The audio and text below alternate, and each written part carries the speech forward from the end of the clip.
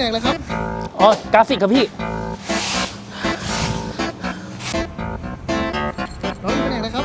อ๋อแผนกกราฟิกครับพี่ น้องอยู่แผนกอะไรครับ พอดีผมเป็นช่างแอร์ครับ ผมไม่เล็กนะครับ เฮ้ยไม่ใช่แผนกกราฟิกครับ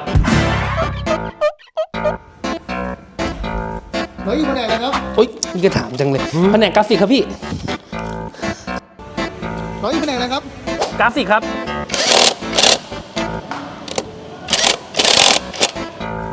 น้องอยู่แผนกอะไรครับ กราฟิกครับ